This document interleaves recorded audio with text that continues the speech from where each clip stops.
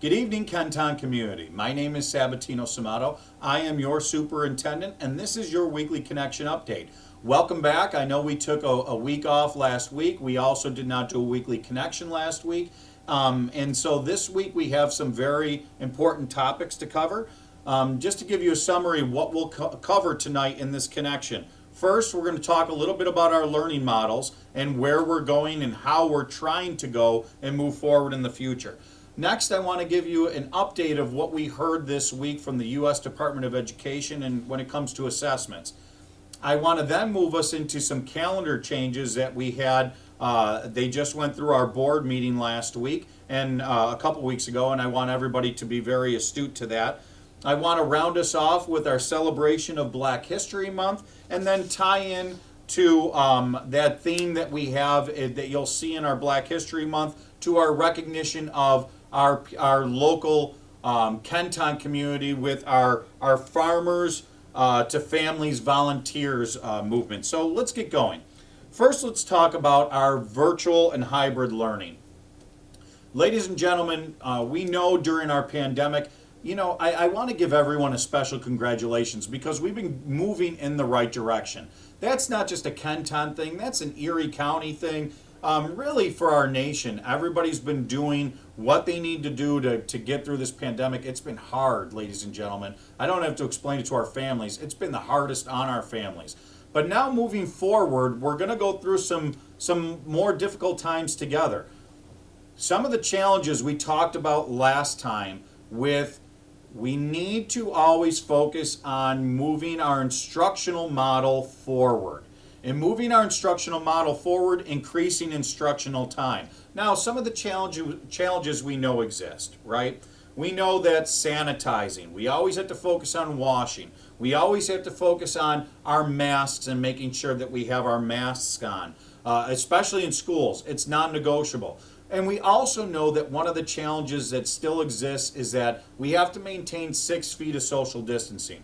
I can't speak for other school districts. I can't speak for other schools, our private and parochial partners, but I can speak for Kenton. That social distancing is a challenge because of the size of our classrooms, our building layouts, things of that nature. So even though the 6 feet of social distancing still exists, we want as Kenton to move us forward with increasing our in-person learning. The only way we can do that is really now taking the step, and we're going to need that partnership, folks. We need people to make some dedications for the rest of the school year. And what I mean, VLA families, for those families that are currently in virtual learning only, you're in the Virtual Learning Academy, you're not in hybrid. Folks, we're sending out as a district today a request for you to let us know what your decision's going to be on that learning model for just the rest of this school year. We're only talking about through the end of June for this year, folks, but I'm going to tell you why we need to know. I need you to let us know by March 8th because if the 6 feet continues to stay, I want to see, and we want to see, can we increase more days of instruction even with the 6 feet? And I think that we have some opportunity there. We think that we have some opportunity there, but we need a real count on students in the classrooms. So that's why we're looking for this dedication. So you're going to be getting some information today. If you haven't already received it by the time you're watching this video. And for our VLA families. Now, folks, I'm going to tell you, those that are in hybrid, the same standard still exists. You can't move back to VLA. We have to keep on moving forward, and that's a staffing issue. So that's why we can't have that in flux. We have offered the Virtual Learning Academy as an option for our families, but now I need those families to dedicate for the rest of the year. You're either going to come back to hybrid or you're going to remain in virtual just for the rest of this year. Once we get those numbers, then we're going to be able to start making some serious moves when it comes to instructional models. We're going to work with our teachers. We're going to work with our administrators. Look, our teachers want kids back. We got to make sure that we can do it safely. We got to make sure that we follow guidance. And we know guidance will be fluid and guidance always continues to change. but we want to continue to make sure we're working forward even prior to any guidance changing with bringing more kids back. So stay tuned. This is a first initial step with really making some headway in that, and we're looking for that those numbers so we get solid numbers. So please, in the partnership, help us out with that. Our next section in the Weekly Connection is regarding New York State assessments. Ladies and gentlemen, you may have heard this past week, you may have read in the paper that the United States Department of Education, the USDOE, released that they would not be granting blanket waivers for states when it comes to assessments this year. So we're not quite sure what that's going to mean yet. Our New York State Board of Regents, our Chancellor Rosa, they will meet and they will figure that out, and then they will release to the state, to all of school districts, what the requirement will be. So this is just for full transparency. More information to come on that, but we know that we're going to hear from our state education department in the upcoming weeks on what the implications will be for state assessment. So stay tuned. Our next topic is our district calendar, and we're talking about our 2020-2021 calendar. This school year, we made some adjustments, and there's some real key things I want people to be aware of. Number one, the superintendent's conference day that was originally scheduled on the calendar for Friday, March 19th, we moved that back to Wednesday, March 17th.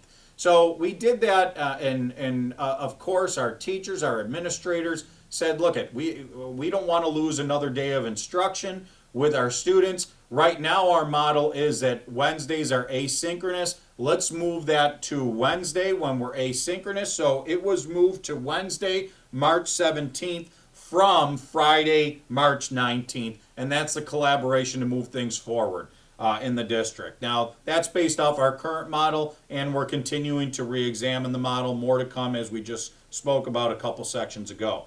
The second change is the addition of Juneteenth as a district holiday for students and staff. So Juneteenth, why it's so significant in our nation's history is that going back to 1865, Juneteenth is a very important day that celebrates the end of slavery in the United States, and it's now recognized as a public holiday in New York State. Since it falls on a Saturday this year, the holiday will be observed on Friday, June 18th. Juneteenth is always recognized on June 19th. Therefore, June 19th falls on a Saturday. We're recognizing it in our district on Friday, June 18th. So there will be no student staff attendance on Friday, June 18th. And the final change is every year we have emergency days in our calendar. This year, the addition of Juneteenth brings us down to 3 emergency days in our calendar. Now, folks, here in Kenton, we know them as snow days. I just want to be clear where we're going as a district with emergency days, snow days, however we're looking at them, however they need to be used. We will still have those emergency days in place. We have 3. If we exceed those 3 days, then we would take advantage of New York State's virtual learning snow day pilot program. And then our 4th day, instead of taking more days out of our calendar, our 4th day, in the event that we would ever have to come to a 4th day, will transition to virtual learning for those days. So I just want to be clear to our public, we have only 3 emergency days. We have not used any of them yet. Hopefully we won't need to use any of them. But in the event that we had to use all 3 and we had to move to a 4th, then we would move to virtual learning for that 4th day and beyond. So stay tuned. In the event, we'll always keep you posted. Our next section, very important section that we've had during the month of February, with this being our Black History Month, celebrating Black History Month. On our final week that we're celebrating Black History Month, we will focus on the civil rights pioneer whose story many do not know, Claudette Colvin. We all know the name of Rosa Parks, who became an icon for the civil rights movement. Many do not know the name Claudette Colvin, who also refused to give up her seat on a public bus 9 months earlier than Miss Parks did, and then became a plaintiff in the landmark case that struck down racial segregation in public transportation. Miss Colvin grew up in poverty in the state capital of Montgomery, Alabama. She was a student at the segregated Booker T. Washington High School and dreamed someday of becoming president. Miss Colvin depended on the city bus system to get to and from school because her family did not own a car. On public buses, African Americans were expected to sit in the back and give up their seats for white passengers if all other seats were taken. And on March 2nd, 1955, Miss Colvin was returning home from school when she was commanded by the driver to do just that, move her seat. At the time, Miss Colvin was thinking about a school paper she wrote that day about how local African Americans were not allowed to use dressing rooms in department stores.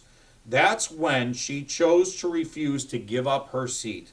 The police were called and she was handcuffed, forcibly removed, and arrested. She was later convicted on several counts in juvenile court. She became one of 4 plaintiffs in a lawsuit filed against the city of Montgomery to challenge its bus segregation laws as unconstitutional. Although the case is named for plaintiff Aurelia Browder, Miss Colvin was the first of the plaintiffs who had been arrested for refusing to give up her seat on the bus, 9 months before, once again, Miss Rosa Parks. In the landmark Browder versus Gale decision, the U.S. District Court in Alabama ruled in favor of the plaintiffs, striking down the city's laws as unconstitutional. This decision was then upheld by the U.S. Supreme Court. This was a very pivotal moment in the civil rights movement. Later, Miss Colvin struggled to find a job in Montgomery, eventually moving to New York City. She eventually found work as a nurse's aide in Manhattan nursing home and rarely told her story. Miss Colvin's actions are not widely known, in large part because of her young age at the time. Nevertheless, she is not only a key figure and pioneer in the civil rights movement, she is also a reminder of how anyone at any age can change the world, especially students. So this Friday, during our last recognition, during our weekly connection of really pioneers that we're celebrating during Black History Month, we remember Miss Claudette Colvin for all the work that she did in our nation's history to be such a monumental figure. And she did it as a student. And that really brings us to our final part of our weekly connection, where students were involved in our Farmers to Families volunteer program of helping families in Kenton. It's a beautiful transition because this is really in the present of how in Kenton we really look out for each other. And 2 times we've done this during the month of February. February 10th and February 24th, our district once again recently provided almost another additional 1,000 family or farmers to family food boxes. This is provided through the the United States Department of Agriculture (USDA) program, in which districts and other local organizations are asked to distribute free boxes of food to assist families during the pandemic. Now, on Wednesday afternoon of this week, folks, was our second time this year doing this, and it was such a major success. Coordinated by our Director of Food Service, Ms. Kim Roll, as well as our Assistant Superintendent of Finance, Ms. Nicole Marasco, and we had all of these volunteers, all of these Kenton volunteers, staff, students that just came out, and folks, listen, both of these times, in early February, it was freezing that day, and so many families benefited. This past Wednesday, the weather was nice during the day, and by the afternoon, it got really chilly and really windy, and these people are just out, our B&G staff, our some of our teaching staff, our support staff, students from all over Kenton just coming and working with families. And you should have seen really our families. Thank you so much to our families that pulled up and were just so kind, so appreciative, and really represent the best of what Kenton is all around.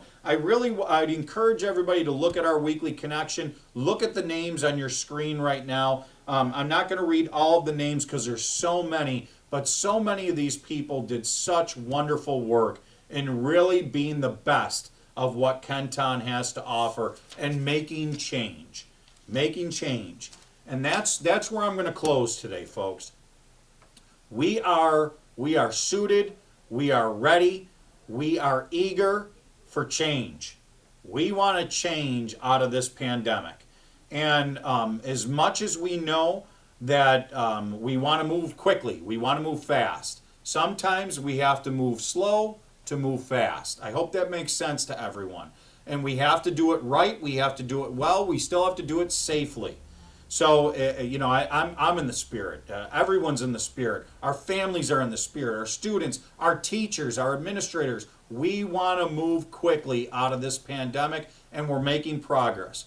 But sometimes we have to move a little bit slowly to move quickly, and that's what we're going to be doing right now. And I want to get us moving quickly. So please, as a partnership, do everything you can do. In that earlier section when we were talking about virtual and hybrid learning, I really need VLA families looking at that. We need that. We really need to continue to look at the guidance. I think the guidance is going to be changing somewhat during the month of March. We have to look forward to that. The sun is shining today. Hopefully we're going to be looking forward to some nicer weather, and we can continue to move forward in Kenton, because together we will be Kenton proud.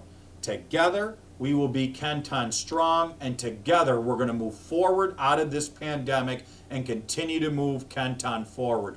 Thank you very much to all of our community for staying strong, staying positive, and helping us to move forward. Have a great weekend, folks.